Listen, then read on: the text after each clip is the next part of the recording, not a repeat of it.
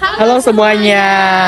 Kami dari kelompok 1 akan mempresentasikan tentang penetapan kadar fenol dalam sediaan krim. Perkenalkan, saya Tessa Stevia. Perkenalkan nama saya Fendi. Perkenalkan, nama saya Silvo. Perkenalkan, nama saya Deno. Perkenalkan, nama saya Clara. Dan perkenalkan, nama saya Savana.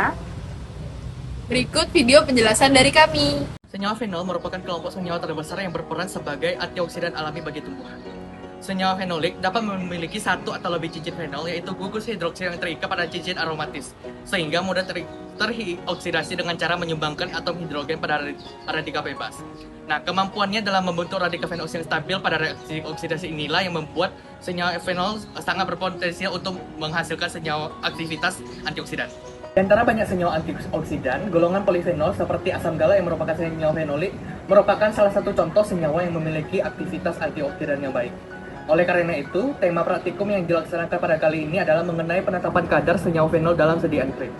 Adapun tujuan dari praktikum yang dilaksanakan pada kali ini adalah yang pertama, mahasiswa mampu melakukan prosedur analisis yang tepat dalam upaya penetapan kadar senyawa dalam sampel. Yang kedua, mahasiswa mampu melakukan penetapan kadar senyawa fenol yang terdapat dalam sediaan krim dengan spektrofotometri UV vis. Merupakan jenis formulasi semi padat yang berfungsi sebagai emulsi, baik dalam bentuk minyak dalam air ataupun air dalam minyak, yang di dalamnya terkandung satu atau lebih bahan obat yang terdispersi di dalamnya. Persentase kandungan air dalam krim tidak boleh kurang dari 60%. Dapat dua golongan krim. Pertama ada air dalam minyak yang menggambarkan air yang bercampur di dalam minyak. Contohnya ada cold cream, dan minyak dalam air yang menggambarkan minyak yang diencerkan dengan menggunakan air. Contohnya adalah vanillin. Pada pembuatan krim minyak dalam air, fase minyak dipanaskan, selanjutnya fase airnya juga dipanaskan, lalu dituangkan secara bersamaan ke dalam lubang, lalu digerus. Sedangkan pada krim air dalam minyak, fase minyaknya dipanaskan, setelah panas dituangkan ke dalam lubang, lalu ditambahkan fase air, selanjutnya digerus hingga homogen. Terdapat beberapa syarat untuk sediaan krim yang baik. Pertama, harus stabil, selanjutnya lunak, mudah untuk diaplikasikan, serta terdistribusi secara merata. Terdapat beberapa kekurangan pada sediaan krim, contohnya pada tipe air dalam minyak, mudah untuk mengering dan untuk rusak. Selanjutnya, pembuatannya juga memiliki tingkat kesulitan yang cukup tinggi, serta harus melakukan pembuatan secara aseptis. Selain ada kekurangan, juga terdapat kelebihan dari sediaan krim. Pada sediaan krim ini mudah untuk digunakan, penggunaan pada dewasa maupun anak-anak tergolong aman. Pada tipe minyak dalam air mudah untuk dibersihkan, sedangkan pada tipe air dalam minyak terdapat sensasi dingin pada saat penggunaan. Terdapat beberapa evaluasi sediaan yang dapat dilakukan pada sediaan krim. Salah satunya adalah uji organoleptis, yaitu dengan mengamati warna, bau, tekstur, dan bentuk dapat diamati dengan menggunakan panca indera. Selanjutnya dapat dilakukan uji homogenitas dengan melihat apakah terdapat partikel-partikel yang tidak larut di dalam sediaan krim tersebut. Jika tidak terdapat, maka sediaan dianggap memenuhi syarat. Selanjutnya ada uji pH. Sediaan krim berdasarkan SNI harus berada pada pH 4,5 sampai 8. Melastoma malabathrium atau juga disebut daun segani banyak digunakan untuk pengobatan tradisional di Indonesia ataupun di negara-negara lain. Contohnya digunakan untuk merawat luka, mengatasi diare, patah tulang, diabetes mellitus, maupun gangguan pencernaan. Kandungan yang terdapat dalam tumbuhan ini adalah flavonoid, saponin, dan tanin. Cara penggunaan secara tradisional adalah dengan mengunyahnya lalu ditumbuk dan dibalurkan kepada luka, ataupun dengan cara lain yaitu dihaluskan lalu diremas dan ditempelkan pada luka. Asam galat atau yang dikenal juga sebagai asam 3,4,5 trihidroksibenzoat merupakan senyawa golongan fenolik dan metabolit sekunder alami yang dapat ditemukan pada berbagai tanaman, baik itu sayur-sayuran, buah-buahan, ataupun kacang-kacangan. Seperti yang telah disinggung pada latar belakang sebelumnya, bahwa asam galat ini merupakan salah satu contoh senyawa yang memiliki aktivitas antioksidan yang baik. Senyawa fenol merupakan kelompok senyawa terbesar yang berperan sebagai antioksidan alami bagi tumbuhan. Senyawa fenolik dapat memiliki satu atau lebih cincin fenol, yaitu gugus hidroksil yang terikat pada cincin aromatis, sehingga mudah teroksidasi dengan cara menyumbangkan atom hidrogen pada radikal bebas. Nah, kemampuannya dalam membentuk radikal fenosil yang stabil pada reaksi oksidasi inilah yang membuat senyawa fenol sangat berpotensi untuk menghasilkan aktivitas antioksidan. Jadi di sini kami menggunakan metode ekstraksi yang mana dapat didefinisikan sebagai suatu proses yang bertujuan untuk memisahkan zat atau komponen dengan memerlukan bantuan pelarut lain dengan melihat perbedaan kelarutan komponen suatu campuran. Nah, terdapat beberapa pelarut yang digunakan, yaitu pelarut polar, pelarut nonpolar, dan pelarut semipolar. Jadi metode ekstraksi ini merupakan tahapan awal sebagai perlakuan sampel yang akan dianalisis. Nah, metode ekstraksi ini memiliki dua jenis. Yang pertama itu ada ekstraksi pada cair dan juga ada ekstraksi cair-cair. Nah, yang digunakan pada praktikum kali ini yaitu adalah metode ekstraksi cair-cair. Apa sih ekstraksi cair-cair itu? Jadi ekstraksi cair-cair itu merupakan suatu proses pemisahan antara dua atau lebih komponen sehingga suatu larutan dibuat bersentuhan dengan pelarut organik lain dan akan terjadi pemindahan dari komponen larutan tersebut ke pelarut organik lain. Nah, metode ekstraksi cair-cair ini memiliki beberapa keuntungan loh. Yang pertama itu dia itu cepat, dalam artian waktunya singkat, terus mudah dilakukan. Dan metode ekstraksi cair-cair ini biasanya dilakukan dengan jumlah yang cukup banyak dan biasanya digunakan dengan cara memakai corong pisah yang untuk digojokkan selama beberapa menit. Kemudian, alat ukur yang digunakan pada praktikum kali ini adalah spektrofotometri UV vis. Nah, spektrofotometri UV vis ini merupakan suatu metode analisis yang menggunakan panjang gelombang dari UV dan visible sebagai area resapan untuk mendeteksi suatu senyawa. Dan rata-rata senyawa yang dideteksi ini memiliki gugus kromofor dan juga ausokrom.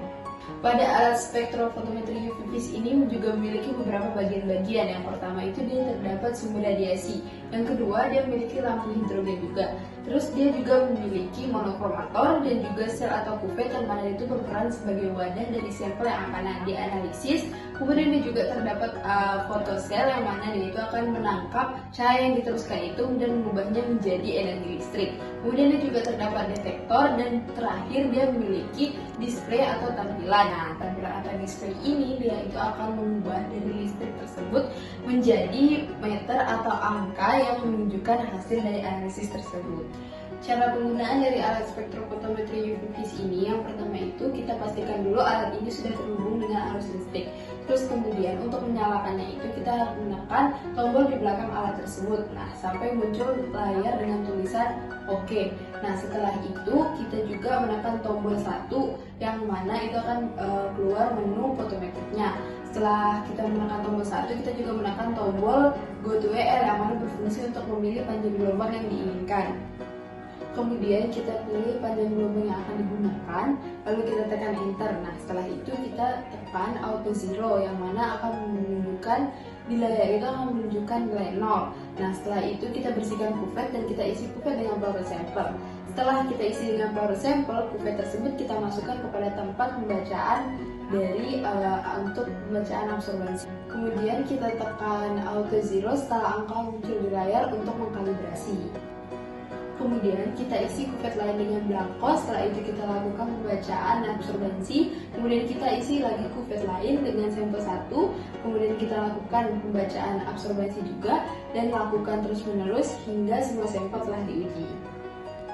Nah, kelebihan dari alat spektrofotometri UV vis ini, yang pertama itu dia itu memiliki ketelitian yang tinggi sehingga presentasi kesalahannya sendiri itu sekitar 1-3%. Terus yang kedua, dia itu memiliki proses pengerjaan yang cepat dan akurat.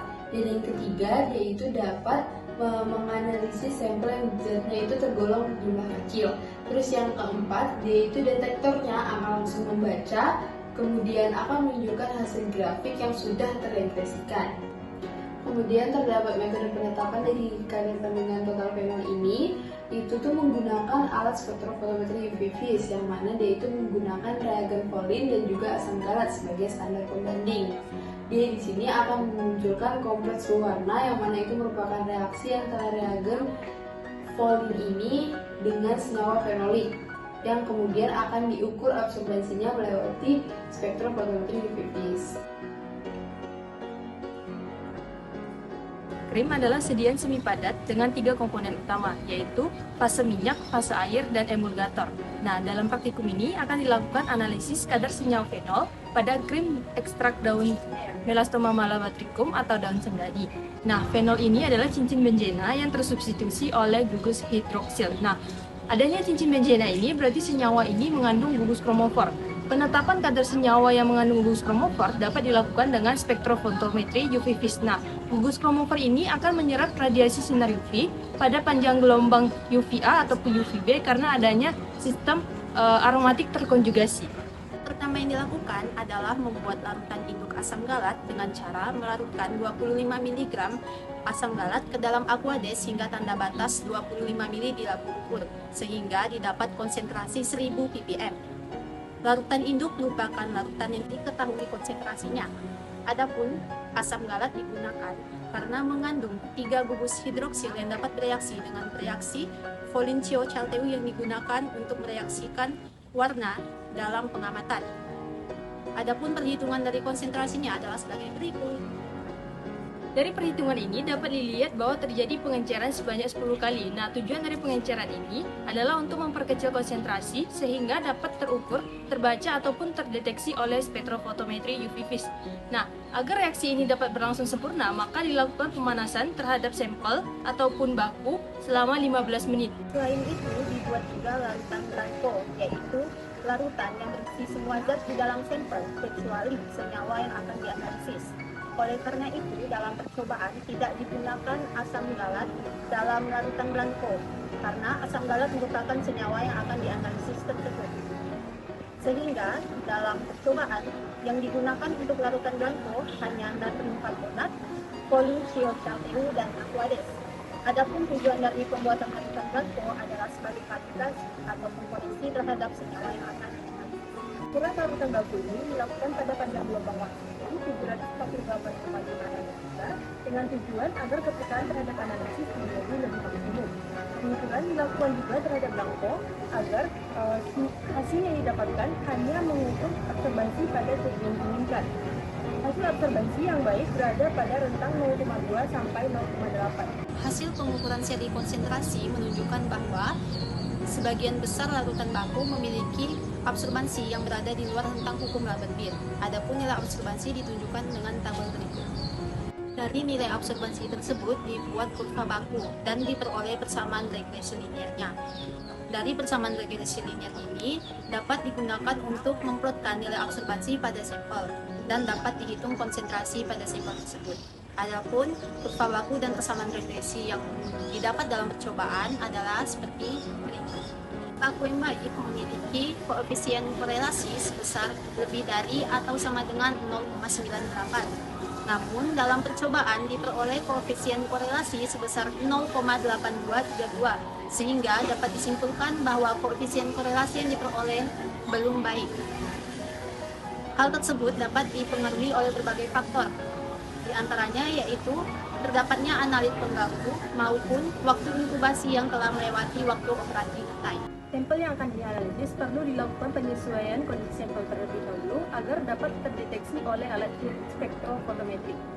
Pada praktikum kali ini, sampel krim dilakukan ekstraksi cair-cair menggunakan 2 atau lebih komponen pelarut organik. Sampel diambil dengan cara teknik sampling representatif dari 4 bagian dengan tujuan dapat mewakili materi yang akan dianalisis. Ekstraksi cair dilakukan dengan memasukkan N-heksan ke dalam jarum pisah, kemudian digojok dan didiamkan selama beberapa menit hingga terbentuk 2 fase dengan tingkat kepolaran yang berbeda. N-heksan merupakan senyawa yang bersifat nonpolar, sehingga senyawa-senyawa yang bersifat nonpolar akan masuk ke dalam fase minyak bersama N-heksan. Adapun senyawa fenol yang akan dianalisis merupakan senyawa yang bersifat polar, sehingga akan masuk ke dalam fase air. Kedua fase tersebut dipisahkan dan dilakukan replikasi ekstraksi cair-cair dengan cara memasukkan N-heksan ke dalam fase air. Tujuan dari ekstraksi ini dilakukan replikasi adalah agar diperoleh senyawa dengan kemurnian yang lebih tinggi. Fase air yang didapatkan dilakukan sentrifugasi dengan tujuan dapat terpisah molekul-molekulnya oleh adanya perbedaan ukuran molekul. Dengan dilakukan sentrifugasi akan dihasilkan larutan yang jernih dan tidak ada partikel pengganggu. Nah, pada pengawatan kali ini didapatkan larutan yang jernih tanpa adanya pengendapan, yang berarti proses pemisahan pada saat ekstraksi telah dilakukan dengan baik. Nah, hasil dari sentrifugasi ini dia akan dilanjutkan dengan tahapan analisis kualitatif dan kuantitatif. Kualitatif merupakan tahap awal yang dilakukan untuk mengidentifikasi ada atau tidaknya senyawa fenol di dalam sampel. Uji ini dilakukan dengan mereaksikan senyawa fenol dengan FeCl3 dan akan terbentuk kompleks berwarna biru atau hitam pekat. Selain itu, reaksi antara fenol dan FeCl3 dapat digunakan untuk memperkirakan kandungan fenol yang terdapat dalam sampel. Semakin banyak kandungan fenol, maka warna yang terbentuk pun akan semakin pekat. Adapun reaksi yang ditunjukkan pada reaksi antara fenol dan FeCl adalah sebagai berikut. Uji kuantitatif dilakukan dengan penetapan kadar senyawa fenol total, di mana sampel hasil ekstraksi pertama ditambahkan dengan polinciochaldeu untuk menghasilkan warna yang dapat diukur absorbansinya oleh spektrofotometri. Kedua, ditambahkan dengan natrium karbonat untuk memberikan suasana basah, sehingga folin ini dapat bereaksi dengan senyawa fenolik tersebut menghasilkan warna. Agar reaksi ini dapat terjadi sempurna, maka dilakukan pemanasan selama 15 menit. Setelah dilakukan pemanasan, maka dilakukan pengukuran pada alat spektrofotometri dengan ditambah juga pengukuran blanko, di mana hasil yang didapat nanti absorbansinya itu benar-benar pada zat yang diinginkan. Kemudian hasil dari pengukuran tersebut dilakukan perhitungan sebagai berikut. Didapatkan bahwa kadar rata-rata senyawa fenol dalam krim ini sebesar 3,20115 mg. Berdasarkan praktikum yang telah dilakukan, dapat ditarik kesimpulan bahwa penetapan kadar fenol dalam sediaan krim dapat dilakukan menggunakan metode spektrofotometri UV-Vis karena mengandung gugus kromofor yang dapat dideteksi. Adapun proses pemisahan molekul dapat dilakukan dengan ekstraksi cair-cair dengan memisahkan fase minyak dan fase air berdasarkan kepolarannya. Hasil yang didapatkan dari praktikum adalah kadar fenol dalam satu tub sebesar 3,20115 mg. Ikut daftar pustaka yang kami gunakan. Sekian dari kelompok kami. Terima kasih dan wassalamualaikum warahmatullahi wabarakatuh.